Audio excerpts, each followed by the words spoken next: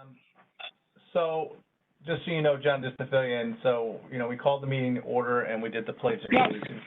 We haven't started anything. So, so why don't we get to item number 3 on our agenda, which is to review and discuss the town's unassigned fund balance. So to start with, we received some materials from the finance department that were attached, and I'll just kind of go over them. One was a chart, primarily with a bar chart with primarily blue bars with one yellow bar for the town of Fairfield, entitled Unassigned General Fund Balance as a Percentage of Expenses, which I think was prepared by Matt Spurndell's company. Thank you, Matt, for preparing that. And the second one was a bar chart, once again with blue bars and one orange bar, entitled Unassigned Fund Balances for AAA Municipalities as of June 30th, 2020, in parentheses below that, budgetary basis, which is what we follow with our fund balance policy. Mr. Spurndell was good enough to get his normal chart that he provides us. The only difference between the two charts are some expenses that are deducted when the state provides some of these numbers, and that's what Mr. Spurndell supplied. But when I look at it, I think the real chart we should focus on is the one that the Town of Fairfield Finance Department prepared using CAFRs from all of these municipalities. So I'm going to kind of start there. Jared, do you want to talk about this, or you want me to just jump in? And I'd like to thank Jared Schmidt for joining us, our Chief Fiscal Officer. Thank you. Thanks, Mr. Chairman. And I don't have a lot to add to it. We're at currently at 11, just over 11%, 11.04%. The state median is for AAA towns is 14.65% on a budgetary basis, which you can see there. So I don't have a whole lot to add. I'll chime in if I see an opportunity. No problem. So just so everyone knows, we've been doing this when we first formed our fund balance policy in 2014. And at that point in time, I believe we were in third to last place. The only communities below us at that point, I believe, were Wilton and Greenwich, but Greenwich really didn't have a fund balance when we first started looking at this at the time, because they weren't at that time bonding any money, meaning they've always paid cash for their projects. Since then, I think they have done borrowing. Matt, I don't know if you have any insight into that, but they also started doing a fund balance, and I got to say that in a short amount of time, they put a lot of money into fund balance, getting up to 9.5% in a very short time, from going from zero. So, Matt, do you guys work with Greenwich? I can't hear you. Matt, are you on mute? Sorry, I start 6, yeah, because they make you add a call in, so you have to do all these things. So yeah, you can hear me now, right? Yes. Okay. No, we don't work with Greenwich, but yeah, I mean, I'm familiar with them and what they've been up to, and they've built it up pretty much. They probably had to raise their mill rate by 0.1 to get 9%. Who knows? But yeah, that's I don't know too much into the specifics of what prompted them to go to that number, or if they have a policy. I'm not sure about that. Great, thank you. But as we all know, and many of the members can join in, when we started this, we were at like 7.25%, and we've spent a lot of effort since 2014 and a little bit before then trying to increase our fund balance to get it up. And we've put a lot of surplus over the years, and we've gotten lucky with some of the large surpluses of $3 over $3 million in some given years to get it up to 11. And I was hoping that we might be more in the middle of the pack, but everyone else has kind of also upped their numbers as well over the years. So we are still what I would consider to be in the bottom third of AAAs in the state of Connecticut, based on the numbers being at 11% where we are currently. There seems to be, when I'm looking at this, almost like 3 tiers of levels within the AAAs. The level we're in, which is the bottom third, which is, you know, from 11 to 8.5. Then there seems to be a number of communities that are in the 14, getting close to 15 range, and then there seems to be an upper echelon of people who go from 16 to 19.9%. Does anybody else have any comments in regards to these bar charts? I don't, Jim. It's John Matola here. Okay. Hey, I'm sorry, but who's there with us? I'm sorry. So, yeah, just so we're, yeah, I'm sorry, John. So it's obviously myself, Jarrett, our CEO. Jim Brown is actually on. Joe Centofanti, Matt Spurndell. Okay. Joe's our, you know, independent auditor. Matt Spurndell from Phoenix Advisors, who advises us on debt and other financial issues. And of course, Mary. Okay.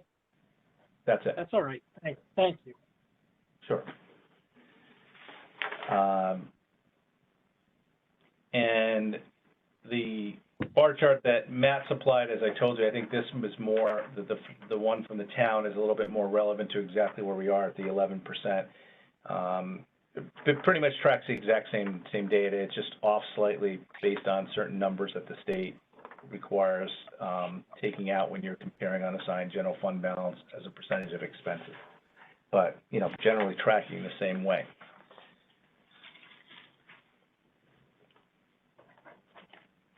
Anybody else have any comments in regards to the numbers? No. Okay. So we are going to be talking about this on Thursday. It's one of the reasons I wanted to have this meeting of our fund balance committee. And, you know, I think that we should try to make a recommendation at least in regards to, or choose not to make a recommendation in regards to the town continuing to fund the fund balance, or at least trying to do no harm by, you know, it's going to cost us $2.2 million, correct, Jared, to kind of do that, and that's in the current budget that's before us, right? Yes, that's right. Okay. I sent around late, but this GFOA best practices, and why don't we go to Joe Centofanti we can ask him questions, but this is from 2015, and Joe, I don't want to steal your thunder, but this policy that the GFOA has come up with seems to suggest, and the GFOA stands for Government Finance Officers Association.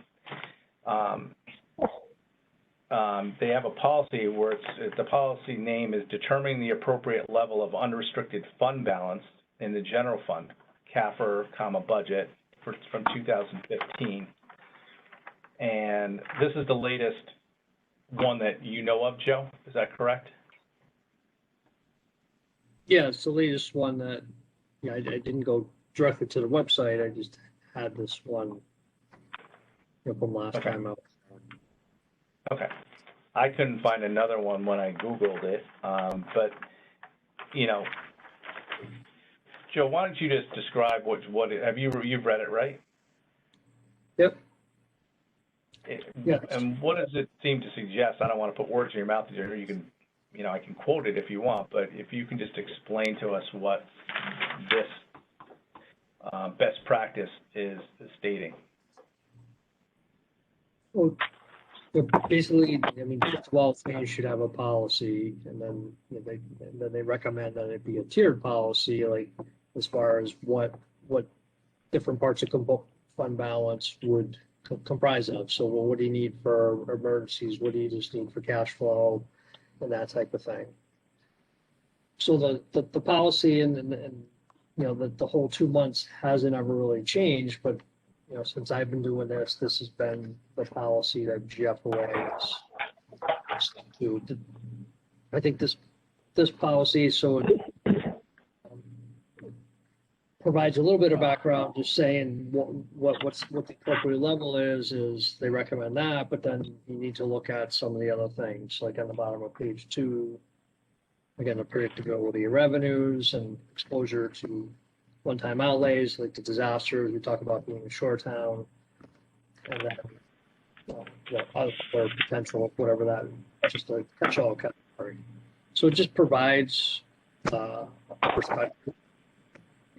It does hedge a little bit and saying that larger communities may be okay with a lower percentage.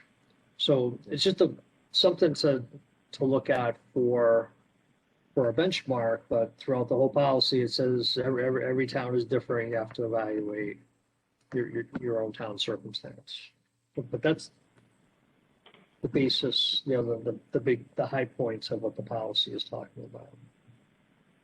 Yeah, but in regards to the appropriate level of fund balance, they make a general statement. They say, nevertheless, GFOA recommends at a minimum that general purpose governments, regardless of size, maintain unrestricted budgetary fund balance in their general funds of no less than 2 months of regular general fund operating revenues or regular general fund operating expenditures. You know, and that's, you know, while I understand it, it's kind of similar to what people say that individuals in a way should try to keep as a rainy day fund, 2 months of expenses. And however, when I go to our budget, and if I just forget fiscal year 22, which we're debating right now, but if I go to page, you know, we have a budget page 4 that looks at what last year's budget was. The approved budget was total of $317 million, slightly over $317 million. And our budget and our expenditures are basically the same because we have them balanced. So if I take 2 months of that out of 12, and just for that would be 52,862,963. So almost $53 million. Right now, based on what the finance department sent an email out, that Jared was good enough about answering John Matola's question, our current balance is $34,819,000. So we're shy of that, the tune of, you know, let's see, $18 million to get to that. Now that would probably push our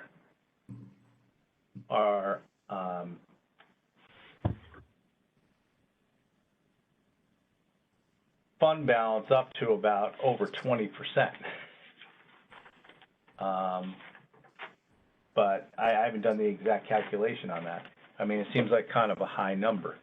And I'm not suggesting that, personally, I'm not suggesting that we should try to get there. What I am suggesting is that I think that our peers and that we've seen so far in the bar charts that have been supplied, I don't think suggests that we should be going any lower than the 11% we're at right now, and probably suggests we should probably be getting closer to the 15%. What is Joe, do you have any independent thoughts on that, or what you're seeing in other communities that you're working with? Well, it's the number that I've just heard from rating agency presentations has always been the 10 to 15 again, but it does depend on the specific community. I guess I use North Haven all the time as an example because they're at 8%, and they might not be AAA for all, but they're rated AAA for some of them. So, but that's Amazon moved into town and they have a pretty stable or grand list, and in fact a growing grand list. So there are still a lot of other factors that go into the AAA rating, but So, Hey, Joe, what are the factors that go into AAA? It's John Matola here. Can you just go through those factors that go into AAA rating? What are the agencies looking at? I John, think Matt can help John, with that. John, if you don't mind me interrupting, Matt Spurndell is waving, and he would like to respond to the question. Matt works with the rating agencies and works with issuing our bonds, so he's probably That's more of good. an expert Yeah, in that area. that's fine. Thanks, Jim. Okay. No problem. You just can't see him waving, so I just wanted to let you know. I know. I don't know Okay, why. Matt, why don't you take it up? Yeah, absolutely. My pleasure, and happy to be here tonight. Good to see you guys, even though we're virtual here. Always a pleasure to talk.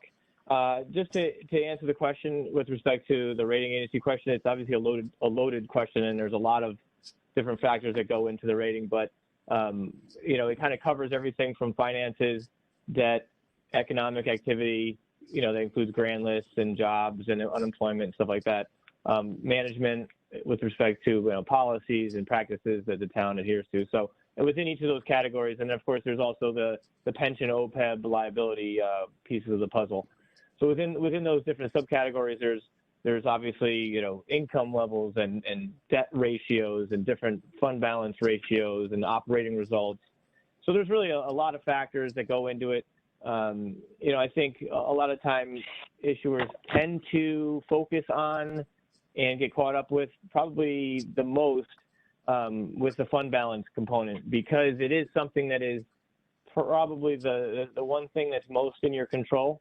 Obviously you can, depending on how you fund your pension ADEX and your OPEB ADEX and things like that, obviously those are important. But fund balance and financial reserves are very, I think, relatively speaking, have a little bit more weight than some of those other items.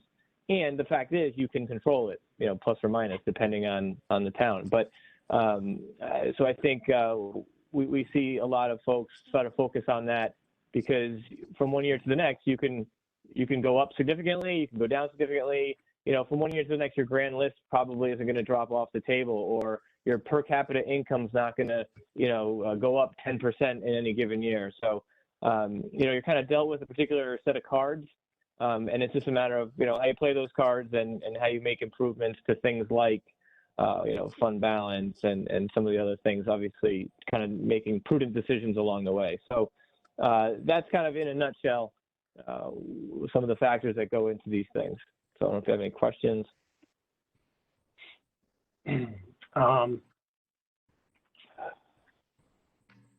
So what you're saying is that's because municipalities can control that more, that is something that, did you say that's something that municipalities put more weight on, or the credit agencies? No, I think the rating agencies put weight on it. I just think that, from when you look at a lot of these other factors, a lot of them are out of your control. They're based on your demographic. That's probably not going to change much from one year to the next. Some of the other things that probably aren't going to change too much, but they do tend to focus on financial reserves. Obviously, if you get into a situation and you can't, your budget numbers come up short and you need to pay debt service on bonds issued, your financial reserves is probably where it's going to come from. So, that's kind of the goal for the agency, is to see, your ability and willingness to pay debt service on those bonds. So there is, I think, slightly more weight put on the fund balance level than maybe some of, maybe than tax collection rate, or, some of those other factors that, tend not to change quite as much from one year to the next. There's not a question in Fairfield of our ability to pay debt service on our bonds. I mean, I think we would all agree about that. But I appreciate you answering the question. That's all I have right now, Jim. Okay. Mary, do you have any questions? Hi, everyone. Not so much as a question, but I guess a little bit for Matt Spindell. And that is, this year, I appreciate our fund balance more than ever because of the pandemic we just went through. Back in March, the governor told the town that we had to allow residents not to make their tax payments and to give them more time. And no one knew how that was actually going to work out, but other towns seem to be scrambling more than Fairfield had to, because we did have a reserve and we did have cash available in case that money didn't come in. So have you seen anything that changed because of that? With the course of the actions that have happened in the last 12 months, we kind of went through a couple different phases. The first phase in March, April, May was really uncertainty as far as what possibly could happen, what's going to be the outcome, how are these towns going to manage, how are they going to raise enough revenues, so the world is ending, the roof is falling in, and there was a lot of concern for potential rating changes, downgrades, outlook changes, and things of that nature. And as we've seen, and as I think you'll all agree, 12 months later, here we are, we're all still standing. The town's in excellent shape and maybe even in somewhat better shape from a financial standpoint, just from the mere fact that, with this whole pandemic, we've seen potentially, and I've talked to a lot of towns in Fairfield's category, a lot of these AAAs and high AAs we've been in the market with numerous times in the last 12 months. And really, we've seen a situation where, there was savings, there was cost savings from the Board of Ed because the schools were closed. There was, building permit activity, housing activity, all these things were going on that nobody really was going to foreseen even possibility of happening. And then you have the state coming in with, and the federal government coming in with all this extra funding that it looks like is going to happen. And a lot of these towns are actually, potentially even a little stronger than they were going into it. So we really didn't see, fortunately, virtually no downgrades on the local level, particularly the higher rated credits. I'm not going to speak to, some of the lower ones, but for the most part on the stable credits, there was no rating change, no outlook change. It's been very stable, fortunately, for them, and we're moving forward in that direction. I don't foresee that changing. So it's definitely, I don't think anyone could have predicted where we would be today versus where we would have been, a year ago at this point. Fortunately. Thank you. Jim, can I ask a few more questions? Sure, John, go right ahead. I don't mean to hog anything. No, go right. So I'm gonna ask these kind of general open-ended questions. I mean, my concern, I'm going to lay it on the table, is we're budgeted about $2 million, right, to put into fund balance for next year's budget, and I'm with the concept of increasing our fund balance, but my concern is how to go about doing that given what we've been through the last year. We didn't put anything in last year. I know some municipalities last year actually dipped into their fund balance because of the COVID situation. I believe New Canaan did, I think West Haven did, and Monroe did. We didn't do that, and I think that's a good thing. And I guess I'm asking this question is what would happen if, and I'm not saying we're going to do this, but for the upcoming fiscal year, we decided not to put any money into fund balance because of, the situation that we're in. We have a substantial spending increase in our budget this year. If we didn't do that, what, if any, signal would that send to the AAA credit agencies? So I'll take this, I guess. Is that you, Matt? Yeah, that'd be Matt here. I would say, that's really more the call that I think I've had, if I were to pick in the last year, specifically with the uncertainty and, the planning that kind of went on last year, to say, listen, we're not sure what's going to happen. We want to keep taxes low. Like, we're going to have to dip into some fund balance. And do you think that we'll get downgraded? That's the more common conversation I've had. The conversation Yeah. tonight seems like it's more sort of along the lines of do we need to increase it or not, or what have you. And I will say that there was a lot of towns that did allocate fund balance for to the budget, but because of conservative practices elsewhere and a lot of some savings measures and other things like that, a lot of that fund balance would have been restored at this point, fortunately. So that's kind of like that scenario. If we were looking at a situation where Fairfield was to reduce fund balance for some reason, and I look at the GAAP numbers. I know you guys are budget numbers because that's how your policy is.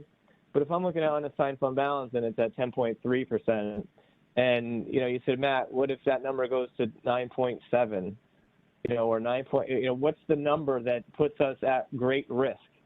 And I would say I can't tell you that because that number doesn't exist, and the rating agency wouldn't tell you that either. It's a matter of, at the time that you have the rating call, what does everything else look like along with that fund balance number? So, has everything else remained strong? Is grand list growth and economic activity, things of that nature? Or has there been deterioration and erosion elsewhere, which then, compounded with a fund balance reduction, now becomes a bigger problem than it would have if it were just in a vacuum? So I want to frame it with that. But if I were looking at your numbers and saying, okay, if you were to use some fund balance and you drew that down and you're at 10.3 and you went, maybe you slid down to 9%, now you moved over on my chart a couple more notches to the left.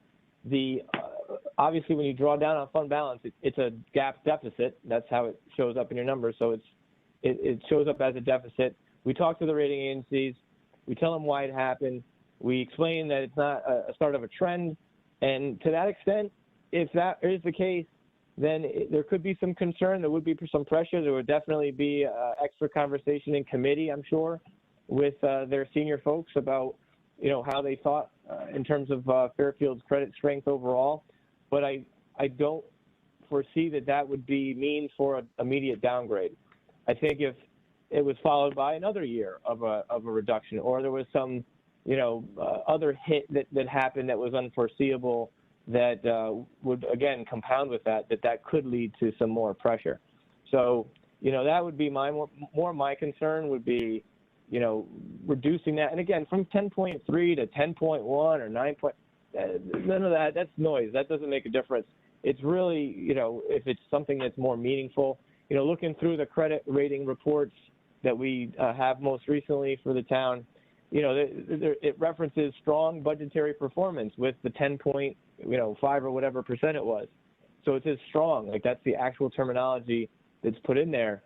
And it says, in the other one in Moody's, it says factors that could lead to a downgrade of the rating. One of those bullets is material deterioration of reserves. Not a slight reduction, not a little reduction, it says material. So, interpret that how you want. But those are the types of things that, we would worry about if there was something that was more robust in terms of a reduction, going into a rating call, because that would be obviously more of a concern. I hope that's helpful. And I'm concerned about the AAA rating too, obviously. Hey, Jim Walsh, I think you'll know this better than I will know it. So, and maybe Mike can, or Matt, can chime in too. So how many years ago didn't we get a warning about possible downgrading of our AAA bond rating? And do you recall what that was for? This had to be. It's before my time on the Board of Finance. It's not before Matt. And I guess. No, I've been here. Matt was around when that happened. It was a negative outlook, correct, Matt? Correct. We had a negative outlook by Moody's, and it was, I could check my files, but it was like over a decade ago. Okay. Maybe 12, 13 years. I can't remember. I know I've answered that question before. I just can't off the top of my mind remember. That's all right.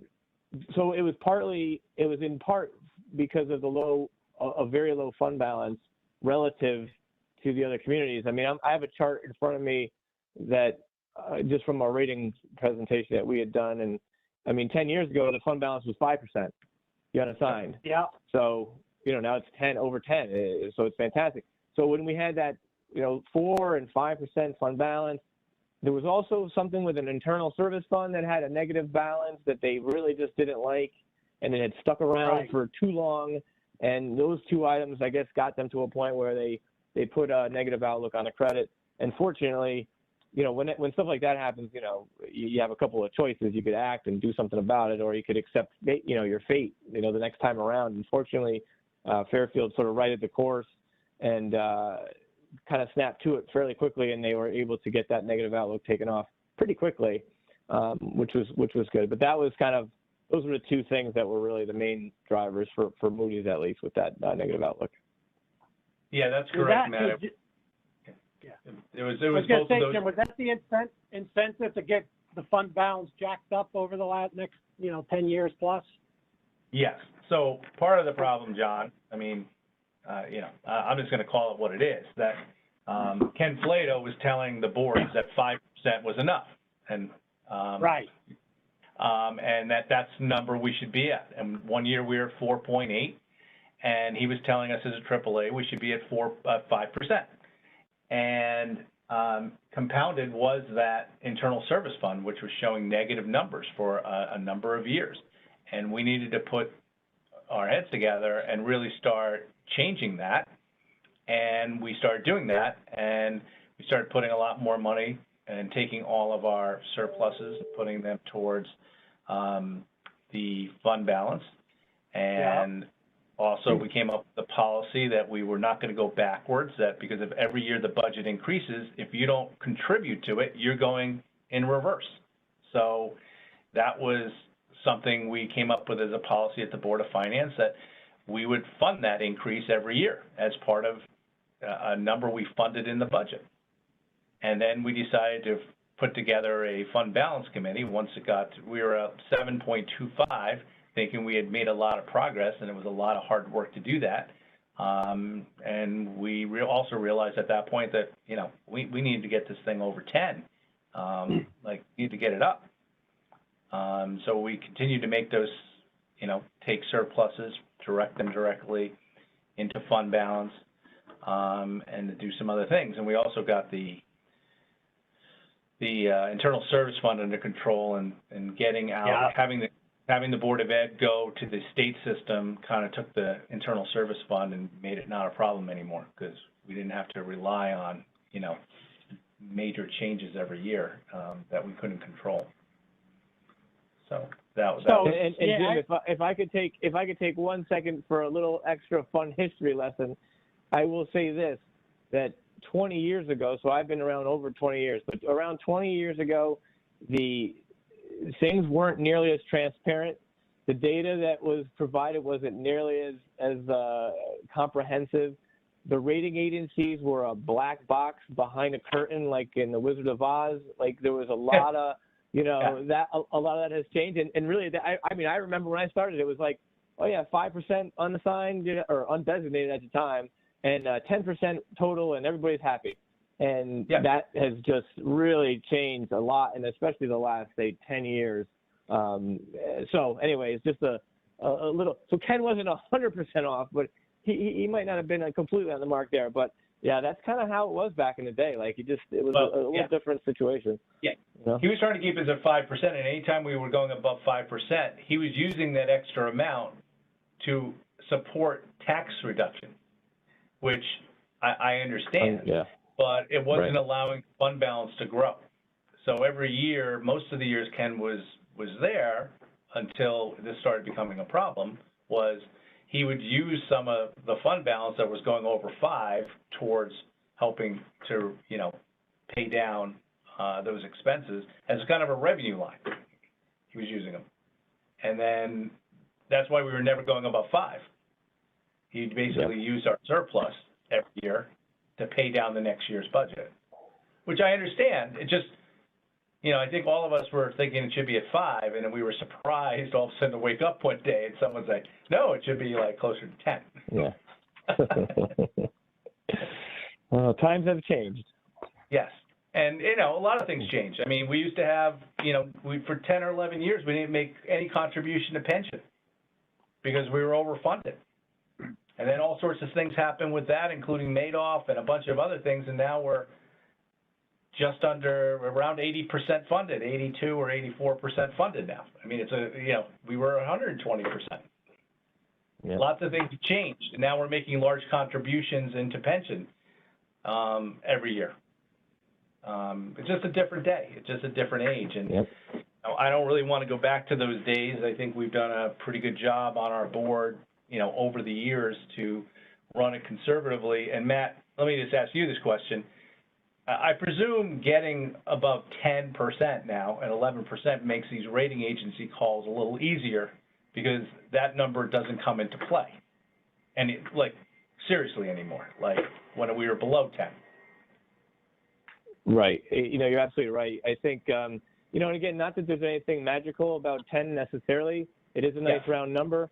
But yeah, you're right. I mean, the point is, you guys have made a lot of growth and a lot of progress in the last decade. And that's been recognized by the rating agencies, just from what some of the excerpts that I just read off a couple minutes ago.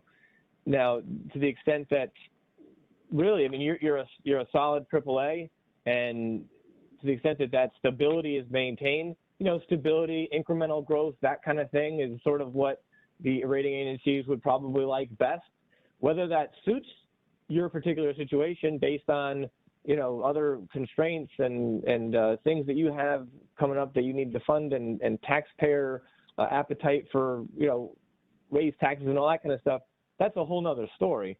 But just, you know, strictly on paper from a rating perspective, you know, stability, incremental growth, the fact that you have this hold harmless thing that you actually budget into the budget each year to maintain that percentage, the fact that you have the policy, which again, you know, 10, 15 years ago, nobody had fund balance policies. They weren't even like a thing. And now everybody does. So, you know, maintaining the adherence to the policy is obviously very important too. You know, I mean, you're at your percentage and you're going to maintain that, and hopefully you don't dip below that, because that kind of also has a negative impact, even if the numbers are good, but you're not in compliance with your own policy. That's not a good look. So we definitely want to try to avoid that as well. One of the things that, you know, looking forward on stuff that could jeopardize certain, you know, or could affect fund balances, I mean, we still have this toxic environmental issue going on in town with no number tied to it. I mean, you know, it scares me.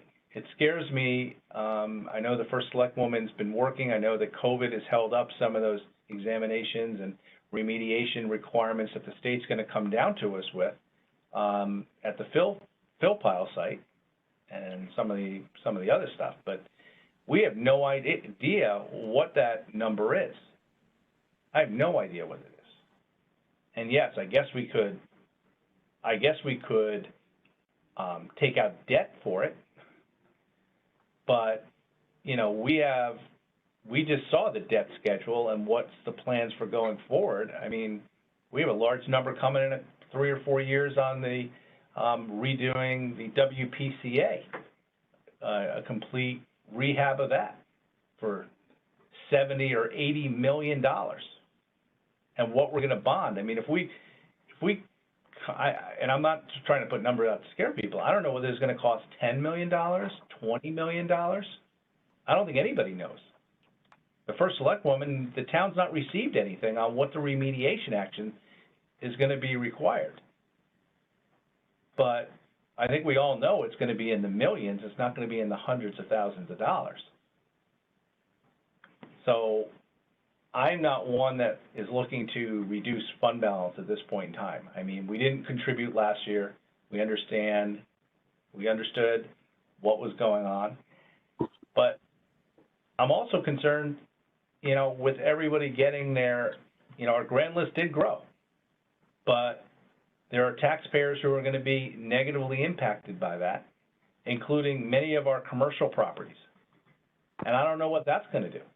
We already have a lot of vacancies in town, basically caused by some of the economy and some of COVID and things like that. But There's people in the downtown are getting, some of the commercial properties getting 100% increases in their assessed value. That's going to double their rents, not double their rents, but a lot of them are triple net leases, so they're going to be absorbing all of their landlord's increase. I have fear about what that's going to do and whether it's going to cause greater vacancies in the downtown. So I don't think it's a great time to be saying that we're not going to be funding this personally. I'm just saying, there's a lot of unknowns out there. The other unknown is, yes, we could start, taking a little hit on our fund balance, and yes, we'd still be within the policy. I don't know when the next winter storm is going to come by, or, whether we're going to experience a hurricane this coming fall or two. We don't know. I mean, this is why you have fund balances. And this is why I think most of our peers, if you look at the average, are closer to 15 than they are to 10. And it's things like that, we're susceptible. We're on the sound. It's one of the things we're supposed to look at. I mean, thank God we fared well during COVID. Another reason why you should have a fund balance for something like this. I don't know how long the state's going to fund us or the federal government's going to fund us.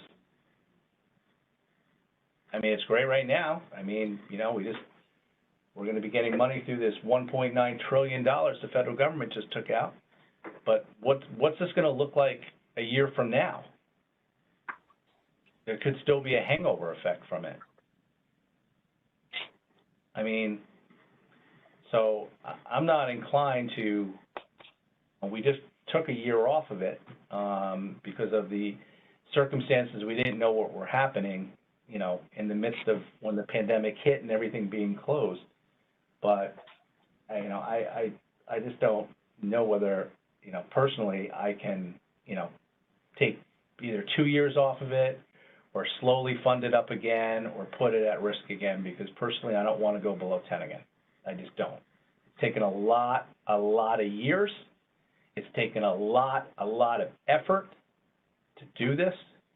It wasn't done just in 1 or 2 years. We've been fighting this for a long time, for 10 years basically. And we've gotten here, and I think it's something we got to put on track and just start funding it the way it's supposed to be funded, and go forward from. And we do have a lot of bonding coming up. And I'm not saying, I mean, Matt's been very clear to us over the years. A number of years ago, the rating agencies all started looking at, 20 different things and weighting them. It's almost like too complicated to even figure out. We used to ask Matt to try to figure it out, but there's like 25 different factors, and each one's weighted a different way to figure out whether it's going to have an effect. He's been very clear about that over the years. So it's impossible. I knew coming into tonight to ask him, well, what would, not funding it do? It's impossible for him to say, but, we're still in a strange time. We still have some pressures on our town, some fear about the unknown about what this environmental issue is going to do to the town, that I don't think it's a good time to be reducing this at this point, at least where I'm sitting right now. I don't know if anybody else has anything to say, Mr. Chair, Brown, or John, go. Sure. So, and I understand what you're saying, Jim Walsh. I don't necessarily disagree with it. So, if we, and I probably should have figured this out beforehand. And I'm not suggesting this, but I just want to get an idea of what the numbers are. If we didn't contribute anything to fund balance this coming fiscal year, and the budget was passed as it's been presented to us, where would we be with respect to fund balance? I mean, what percentage would it be? Does anyone know the answer to that question? If you don't, can someone figure that out and get back to us, just so I have an idea? Just did a quick calculation, Mr. Chair. Yeah. If I may. Is that you, Jared? Yeah. Thank you. I came up with about 10.4%. Okay. So that would be, we didn't. So we contribute moved from just anything. over 11 to 10.4. And then, hey, Jim, maybe I'm misreading this. I'm looking at the projected net estimated operational variance that we get when we do our quarterly reviews, and and I wrote down this number. We are, and I know this can change, we're anticipating $1.4 million estimated increase in fund balance contribution, but we decided that should go towards OPEB. Is that, am I correct about that, or am I misunderstanding that and messing that up? Well, I'll let our chairman talk in a second, and I know I spoke to Jim, and I think he's going to try to get the finance department to give us their, a quick analysis maybe on Thursday about whether those numbers seem to be holding, the best they could, because it's kind of not the end of the quarter yet. The third quarter comes to an end at the end of the month, and then they take about 2 to 3 weeks to get all the payables through and whatever to prepare for the next quarterly. However, yes, there's different things we're talking about, and John, I'll just remind you of a couple of them. There's clearly OPEB. Yeah. Last year we were short on OPEB. We purposely funded OPEB by about half, and Jim, what did we short on that? Like Jim Brown, what, $3.6 million? We 3.8. We contributed 3.8. We contributed 5.5. We did not contribute 3.8, 3.9, which is one of our cliffs for this upcoming budget. However, last year's surplus, we took the entire surplus from last year because we had made a kind of a sense of the body when we made that cut. John, I don't know if you recall that, but we were concerned about that. So we had agreed that we would take surplus from fiscal year 20 and make a OPEB contribution towards the 3.6, which Jim Brown was that about $1.4 million we made? I thought it was. Yes, that's about 1 point. So out of the 3.6, we paid 1.4, leaving about 2.2 million that we're still short on OPEB. That I know I personally want to get to the point where we pay that all back personally. So one of the things we could do with this year's surplus is we can either make another contribution to OPEB. We talked the other night, John, if you recall, that $150,000. So that's a possible use of this year's surplus, or we could pay down, or we could put money towards our fund balance. We got, once again, we have obviously more uses for the surplus than we have surplus, but yeah, all those things are good things, and hopefully the surplus, we will hear that it's holding and maybe growing. I don't know. So, but those are things we could talk about if you want to on Thursday. When we get an update. But yeah, I mean, I think Jim, I know you've talked about it a little bit about, maybe there's possible room to, earmark some money towards the surplus towards, obviously fund balance, but, that's all going to be up in the air until the fourth quarter numbers are finalized by September, I think. Yes, so I did talk to Ms. Bossi today and Mr. Schmidt about having an updated executive summary of the variance of expenses and revenues. And Ms. Bossi is going to bring that with her on Thursday. And it is trending as for this current budget year, it's trending to have another surplus. However, like we said, we still have a couple months to go. So she's not going to be able to pinpoint this is where we'll be, but she can talk about a trend on where we're heading. And yeah, I think, John Matola, you brought up 1.4 at the quarter. I think from last quarter, correct? I think that's about where we are, maybe even in a little better position than that. Okay, thank you for that. And I didn't mean to jump ahead. I thank you guys for just refreshing my recollection on that. I mean, my recollection, John, just so you know, I thought my recollection was when Caitlin presented the numbers that there was almost $1.8 million of, Okay. you know, positiveness. You know, looked like it potentially could go to the surplus, but that was only after December 31st and halfway through the year. Yeah. So, Mr. Walsh, she's So- about there right now. It's just, we have to be careful because we still have a ways to go to finish out this year. And she is in the process of talking to department heads to give us an update on Thursday. So she'll have that Okay. update. So this is a great discussion. I'm going to lay it out on the line. I think we should contribute to the fund balance. I'm not convinced that for this year we should contribute the budgeted amount of $2.2 million. And I'm open to discuss what amount we should contribute. I don't think that we shouldn't contribute anything. Those are my thoughts. I just think because of the tough year we're in, I think we need to take a look at that.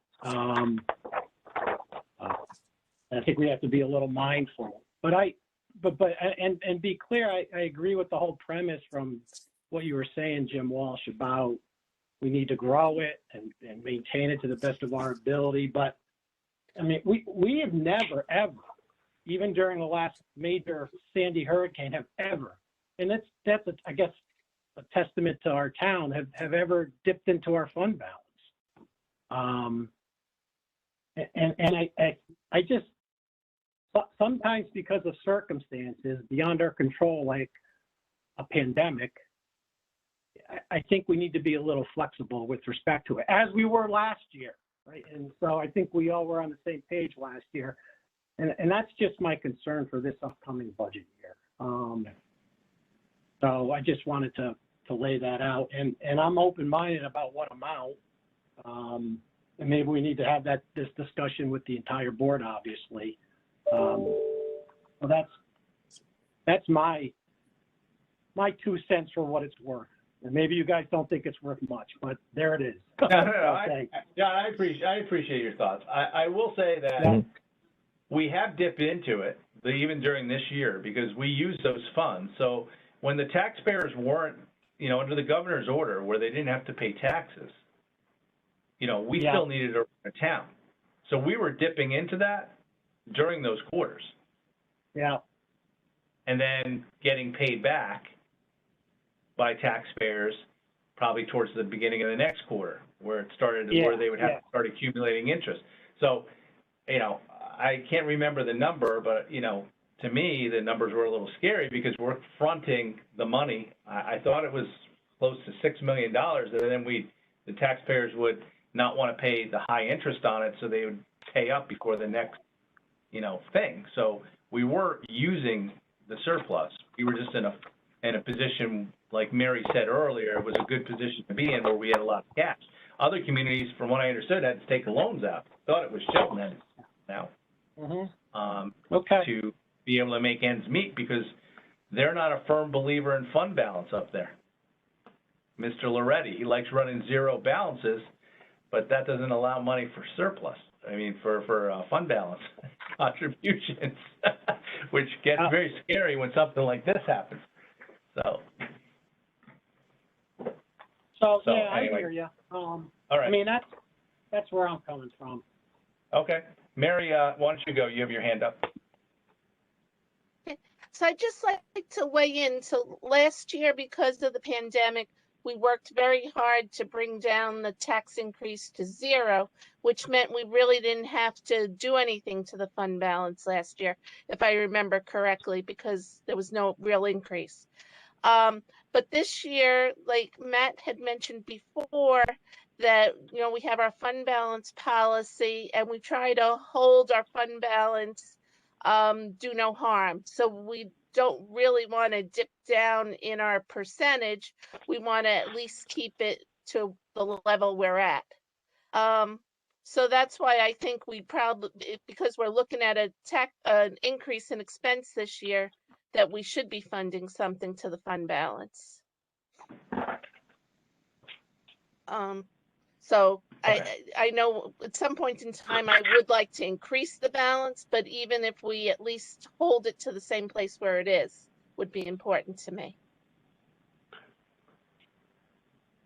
The only thing I have to add to that before we get on to the next agenda item is I think our committee is going to have to kind of meet over the summer or early fall to see whether we want to change like the minimums, because right now we're at 7.5%, and I think it's time to probably raise, the limits, whether we raise the maximum to start it to like, instead of 11, to raise it to like 12. Because after 11, then we can choose to give, taxpayer support. We can pay down extra debt if we wanted to. We've chosen not to do anything because I think we've realized that we're kind of in the lower echelon of the AAAs. But personally, I think that, the 7.25 should probably, the minimum should be raised to something that we all agree on or recommend later on. And then the upper level should probably be raised as well, just because we started that policy when we were at 7.25%. We're now at 11%. And I think that we should try to, personally, be at the middle of the pack, and I think the policy should be slightly adjusted. I want to be able to have it, like Matt made a good point before, you don't want to be out of compliance with your policy. But I think for us to be out of compliance with our policy, right now, we'd have to almost fall 4%.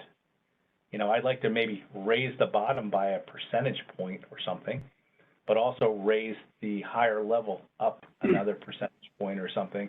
But that's for another day. That's not for tonight. Everyone here, I don't want to extend this meeting too much longer. We've all heard great things and gotten great comments. And I just wanted to apologize. Jared had to drop off at 8 o'clock because he needed to go to the RTM meeting. So we only had him till 8 o'clock. I just wanted to let you know.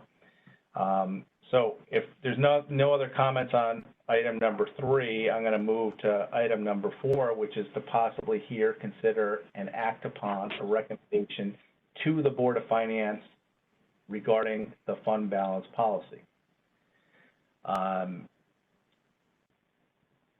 Does anybody have anything? Hearing none. I don't have anything. Mary, do you have anything? No, do you have a recommendation you'd like to bring forward? I'd like to make a motion that we make a recommendation to the Board of Finance that we not fall below where we are right now and to do no harm in this coming budget. So that is I'm making a motion for that we fund the budget this year, that we not fall below where we are right now and to do no harm, to be consistent with what our policy has been. So I make the motion. Is there a second? I'll second it. Okay. Is there any discussion on the matter? Hey Jim, I'm Yeah. gonna abstain on it because I understand. Yeah. We've all talked for the reasons I said already. That's all. Yeah. Yes, John. You were very clear, and I understand what you're saying, and I guess we'll talk about it more on Thursday. But Right. I hope you understand what I had to say and Mary had to say. I do, absolutely. I understand it 100%. So Okay. I appreciate what you're saying, and I think you appreciate what I'm saying. I think we need to have a discussion on Thursday about it. Yes. Okay. That's all. Is there any further discussion?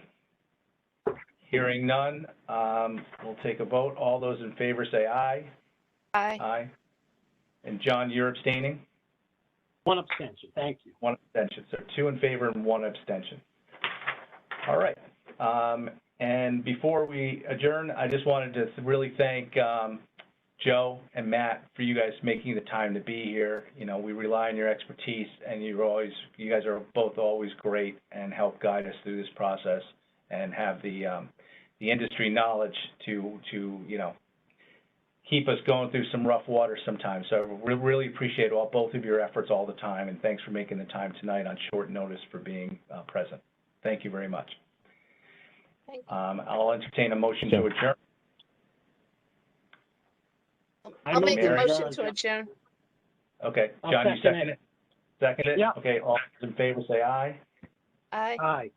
Okay, thanks, everyone. Thanks for a good Thank meeting, you. and thanks for all being here. And John and Mary and Jim, I'll see you on tomorrow night. Tomorrow. Have a good night. All right. Thank Have a you, good night. everyone. Thanks, guys. Have a good Thanks. night. Be safe. Good night. Good night.